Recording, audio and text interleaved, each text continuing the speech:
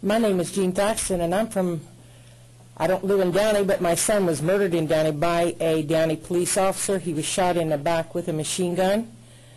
He was not involved in a crime. He was not a gang member. He was not on parole or probation. He had never been in prison.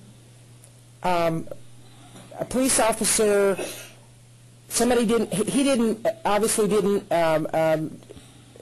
obey the command of the officer to stop, and so he figured, okay, I'll just shoot him in the back. That'll stop him. I used to work for LAPD, and I believe that I worked with Mr. McKinley, Captain. You worked in internal affairs? I used to work there, and I arranged meetings for Chief Gates. And one of the things that used to terrify me, appalled me, was I would go into those meetings as Chief Gates trained other agencies throughout California and throughout the nation.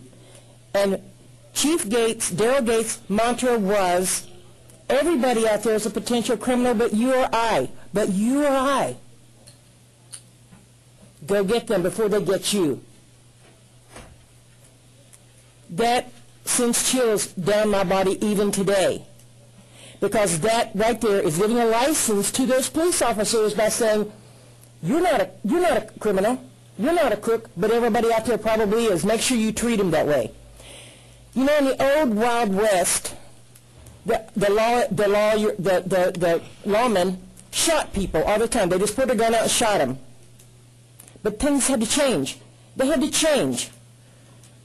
Since Daryl Gates' day and your training and my training, they need to change.